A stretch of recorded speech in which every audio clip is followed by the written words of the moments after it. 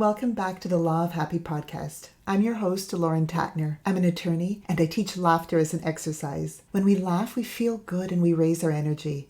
This allows more good, fun things to flow into our experience. This is the Law of Happy. So let's laugh, have fun, and practice the Law of Happy together.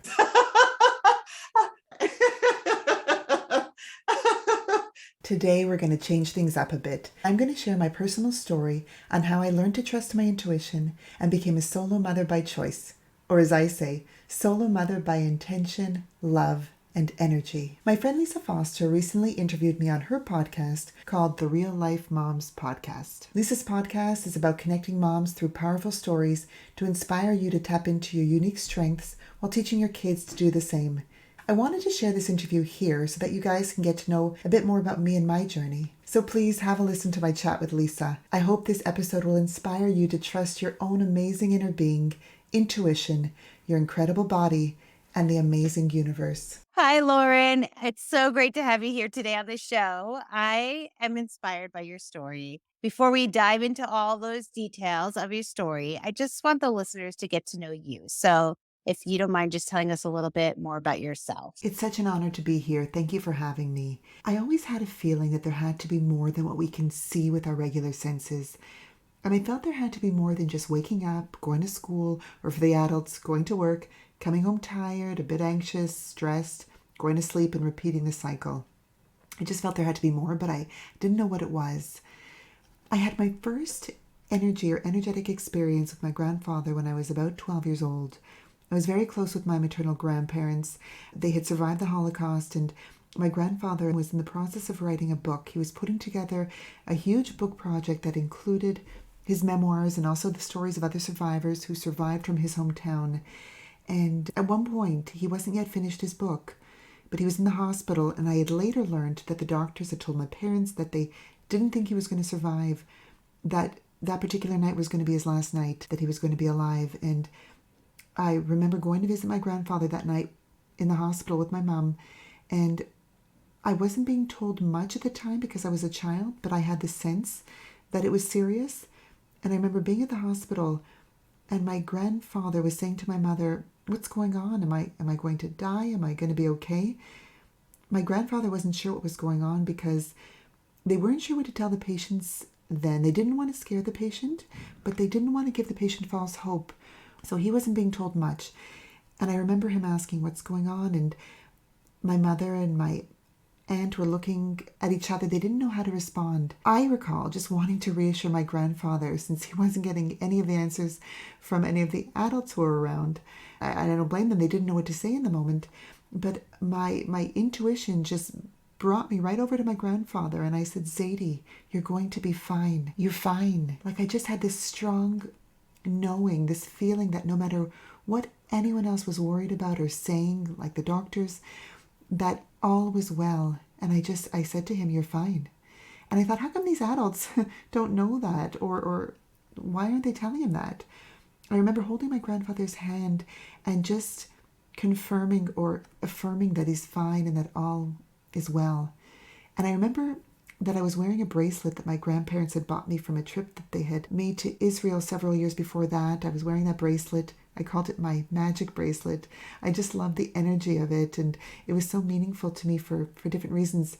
I remember holding the bracelet to my grandfather's wrist and telling him that there's good energy, and just feeling the good energy and the love and the light, and channeling it and directing it around us and to him. And when I went home that night and I was sitting in my bed at home, I did the same thing. I held the bracelet to my heart center, and without knowing what I was doing, I just followed my intuition, my impulse as a child, and I was just picturing my grandfather in the hospital and just sending him love and the good energy that I was feeling. The phone rang early the next morning. I remember around 7 o'clock. It was the doctor calling my mom to give her an update, and I only heard my mother's end of the conversation, and I knew that it was positive. It turned out that what the doctor was telling my mother on the phone the next morning was that they didn't understand what had happened. Like, they said it makes no scientific or medical sense, but my grandfather was completely fine. They were going to be discharging him. He was going to be able to go back home that morning. And I remember being in my room, listening to my mom's end of the conversation, hearing, knowing and feeling that it was a positive conversation and that he was well. And I just remember thinking that I knew it. I trusted, and it was such a beautiful experience, powerful experience. And my grandfather went home. He was much better. He ended up being able to complete his book, the book project that he had been working on for years. He had his book launch. He spoke at his book launch. He was able to go back to Israel to bring his book to the Holocaust Museum there. That was something he'd wanted to do. And so that was my first experience with following my intuition, trusting that all is well, and connecting with my inner being and with the universal energies. So powerful. That is so powerful. I have to ask though, as a kid, did you know this was a special gift or power or whatever you want to call it? Or were you just, okay, that's cool? What were your thoughts? I believe that everyone, if they're open to it, that everyone has the ability to connect with their own inner being and with the universe or God or the universal energies. So I believe that we all have these abilities if we're open to it. I was able to feel and connect with my own inner being, the universe, and just trusting that everything was unfolding the way that it was meant to unfold and that all is or all was well. And I don't think it was me having a magical or special or different type of power. I just think that, especially as a child, it was easy for me to just trust and not to pay attention to what the adults were saying. I didn't really know what they were saying, and I honestly didn't care about what they were saying because I knew that anything is possible, and I'm not going to listen to what I now call limiting beliefs. I didn't know these terms then, but I chose not to listen to it. And I didn't even hear it at the time. And what was super powerful in this experience was that my grandfather had a similar way of thinking and believing. My grandparents had inspired me so much, just the way they lived. I mean, they lost so much, so many family members, their homes. They survived the Holocaust, and in spite of the horrors, the nightmare that they went through, I mean, there are no words to describe what they went through, but in spite of what they went through, they chose to focus on what made them feel good, what made them smile, and that's what they would practice focusing on. That's the way they lived. And so they were such an incredible example to me growing up. I relate to this on so many levels. First of all, my dad was also a Holocaust survivor. Oh, wow. And same thing, same thing. He was always like happy. He was always so positive. And it always, and I think it did really trickle down to me, his attitude, because he's just very funny. He always made light of things.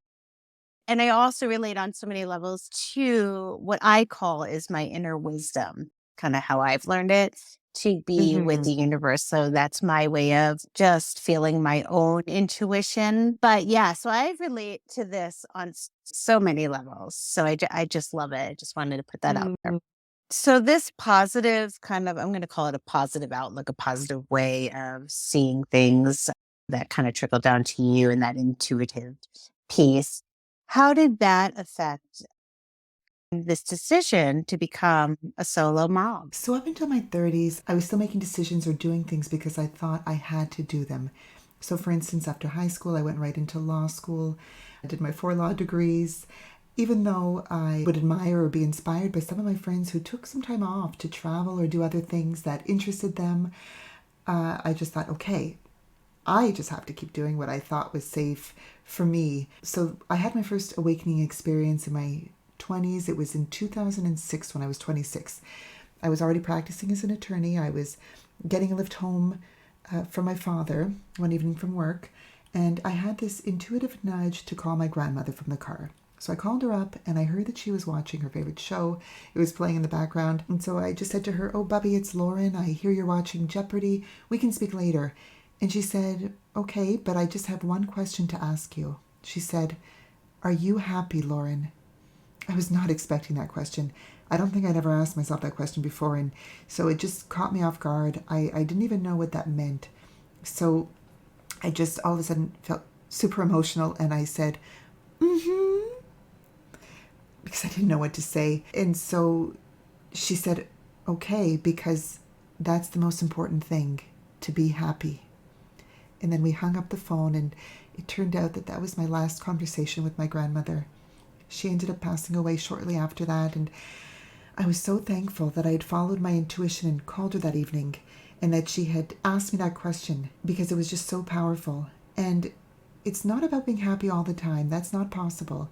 We're human, and in life, of course, there are ups and downs. But what that question means to me is it's really just a prompt or a reminder to pause, check in with myself. How am I feeling? Am I feeling satisfied or at peace with the way that I'm making decisions, or the way that my life seems to be unfolding up until this point? And I realized that when I did check in with myself, I realized, wait a second, these different things that I'm rushing around doing. I mean, I'm grateful for my education, but I realized that I was pushing myself to complete certain things in a certain order, to complete certain things by a certain age, and what would happen if I didn't do this. So I was making decisions out of anxiety or feeling a time pressure, and I wasn't necessarily making these decisions because they felt right or good for me. I hadn't even factored that part into everything. And so that was part of my awakening. So I started to practice adjusting certain things in my life, trying to tune in a bit more with myself to see how I was feeling, and what felt like a good thing for me. But then when I was 29, and I guess on a certain level I was still feeling this pressure to meet someone and get married by the end of my 20s. And so fast forward a little bit, I was 29, and I thought I had met the right person, the right guy for me. But I guess something inside of me knew something different, that it might not be the right person or the right scenario for me. So I like I mentioned, I was 29, and I was supposed to be getting married a few months from then. And one day I was driving to work like usual. I was pulling into the garage, and I just remember saying, God, I have a question to ask you. As you know, I'm engaged to be married, and I believe that it's the right person for me and the right thing. But if you know something that I don't know from your vantage point, can you please let me know? Because I'd rather know now if it's not the right person for me, or if it's not something that I should be moving forward with. I'd just rather know now than later, if possible. And I thought, oh my gosh, why am I putting this question out there? Why am I asking this? I almost felt guilty for putting that out there, because I really did feel like I was making the right decision at the time. It's almost like you had this little intuition, which seems to keep popping up, Yeah. that was bringing it up to the surface to ask. Yeah. And then what happened was that evening, it was pretty quick. I got my answer that evening. The universe let me know. And I won't go into the details, because I like to focus on everything that was positive that I learned from that experience. But what I will share is that evening the universe did let me know that it was not the right person for me, and not the right scenario for me. I did ultimately end the engagement for my own well-being. It was just the healthiest, best decision for me to make. But it definitely was not a light decision. At the time, it really felt devastating, and it felt like a nightmare, actually, because it just felt like my whole world had come crashing down. But I did make peace with it, with this decision. It was a decision that I made out of love, out of what I knew was best for me, and I know that when I make the right decision for me, that can only then benefit everyone else who's involved. And I was able to get to a place where I felt so fortunate for having gone through that experience, because I felt it was the universe just helping me to wake up even more. And it really did. Once I was able to go through the grieving process and process my feelings, my emotions, it brought me to an even stronger, more solid, much better place. Oh my gosh. I'm so thankful that I listened to my intuition, and that I promised myself that I was going to be focusing even more so on self-care, what self-love means to me, doing things that felt good for me, things that felt fun. And so I got into meditation. I started to take courses and things that I loved, like energy work. I became certified in Reiki, in hypnosis. I was dancing again. I was doing theater again. I started doing clown work and comedy, and going on different retreats, doing different things that brought me joy and made me feel good and that were fun for me. And so that was in my 30s. And so fast forward a bit, I was 39, and I was feeling so good from within. I was definitely feeling complete and whole, and really appreciating my unique journey in my life. And I thought, okay, I still haven't met the right life partner. That's okay. But I feel like I'm in an amazing place and I'm ready to have children and to share my love and my love of life with children of my own. And that's why at 39 I decided to start the process and become a solo parent, a solo mother by choice. What a beautiful journey, honestly. Like, I know anyone can be intuitive, but I think your power is that you follow your intuition and you can listen to it and trust it. And that is powerful because I think a lot of us are intuitive or get that gut feeling or a message or whatever it is, but we play it off. No, we just move on. But you really stayed with what was true to you. And that's what's so beautiful about your story. So now you have the idea to actually be a solo mom and go through this process. I have to ask, were there other noises in the background telling you not to or differently about that? Okay, so I always knew that I wanted to have kids, but I also knew that it had to be the right time for me. And growing up, I thought I was going to do things in a certain order. I thought I was going to first meet the right person, get married, and then have kids with that person. So when I was at the point where I was 39 and I just felt so ready to have kids, my intuition was telling me, okay, I'm ready to share my love of life with children of my own. I know I will meet the right person at the right time. I just didn't want to rush a relationship or to put pressure or extra pressure on a relationship at that point to speed it up for it to go faster than it should because I was ready to have kids. I don't believe in making any type of decision out of feeling a time pressure or stress. So that's why I really had become open minded or open to having kids as a solo mom by choice. So up until 39, I was still meeting people, dating, and open to meeting someone who could be the right long term partner. So I guess one of the tricky things was the decision of when I was going to put that part on hold to start the fertility process to have a child on my own. So what I did was I went to an in-person support meeting with other people who were considering becoming solo parents or solo moms by choice or who had already become a solo mother by choice. I wanted to connect myself with the community to learn more about their experiences, get inspired from some of their stories. That helped me so much too. And I was just amazed with how many people from all over the world were either exploring this journey or on a similar journey of becoming a solo parent by choice. I think that we live in such an amazing time where there's so much that is possible thanks to science, and there's so many ways that people can become a family or have children. I think it's just amazing. It is so great to have that support of other people and other stories. I feel like other moms' stories really inspire other people to get through it, to do it too. So it gets you motivated to say, okay, you did it. I could do it too. I have this support. So I think that's such an important piece that you found another group of people to come along that ride and journey with you. Yes, exactly. And you don't feel so alone.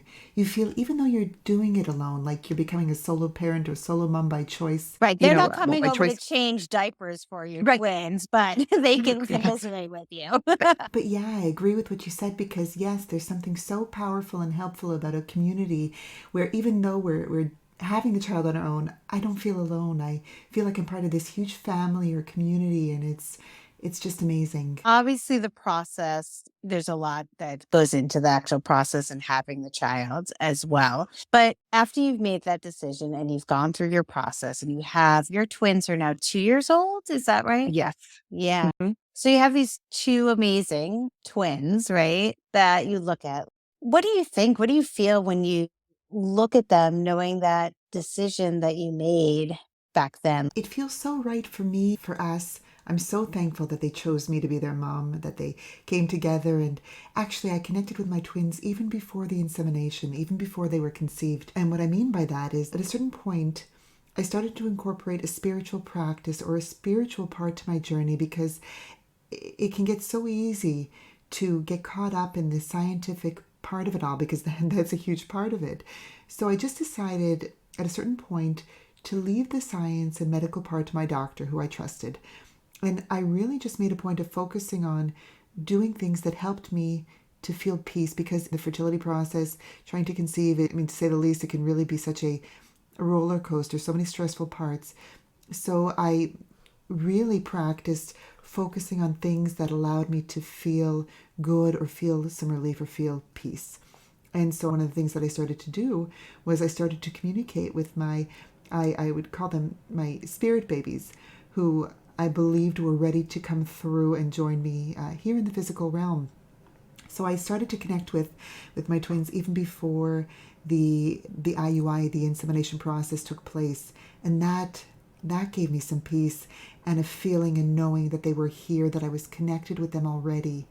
All that to say, to answer your question, when I look at them now, it's just so powerful. I'm always thinking about how we're connected with each other and recalling connecting with them before and during the pregnancy, and then now it just feels very powerful. Everything unfolded the way that it was meant to unfold, divine timing, and the way that was right for me and for them. Right. So maybe you could tell the listeners a little bit about your own podcast. So my podcast is called Law of Happy. And the name was inspired because my grandmother's question to me when she asked me if I'm happy. And so what I focus on in the podcast is the power of laughter.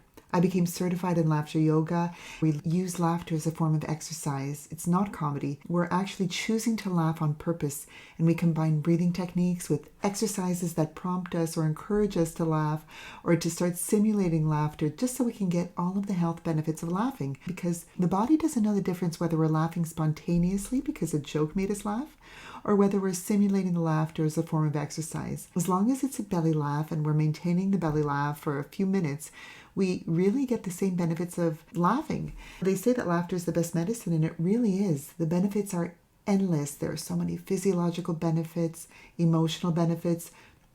And after we have a good laugh, we just feel good. We feel better. And I'm blown away by that every time. And even though I've been practicing this for years and teaching it, it always just amazes me about how different we can feel after we laugh.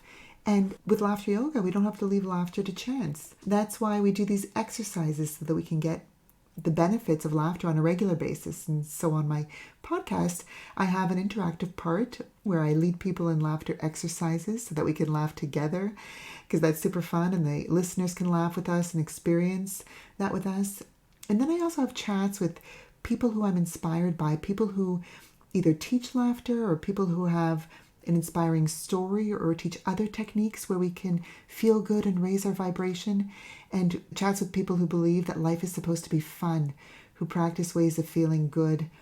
I find it's just magical when we can raise our energy, raise our vibration, and feel good. It's really incredible. And it's not only the best medicine, it's also contagious.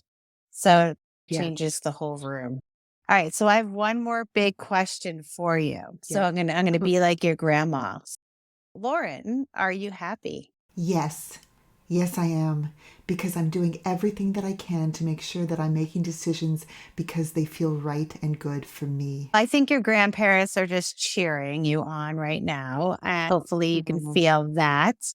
But thank you for sharing your story with us. And thank you for inspiring others to really listen to themselves, listen to that intuition that they have, and just really pause and check in with yourself. And that Yeah. even though we might come across some things that don't go our way, sometimes there's just lessons learned in those areas, and they're not bad periods. They're just periods that maybe we needed to learn something and then check in with ourselves again. Yes, yes, exactly. Thank you so much, Lisa, for having me as a guest. And I'm inspired by everything that you do and share. And so this was a lot of fun. Thank you for having tuned into this Law of Happy episode.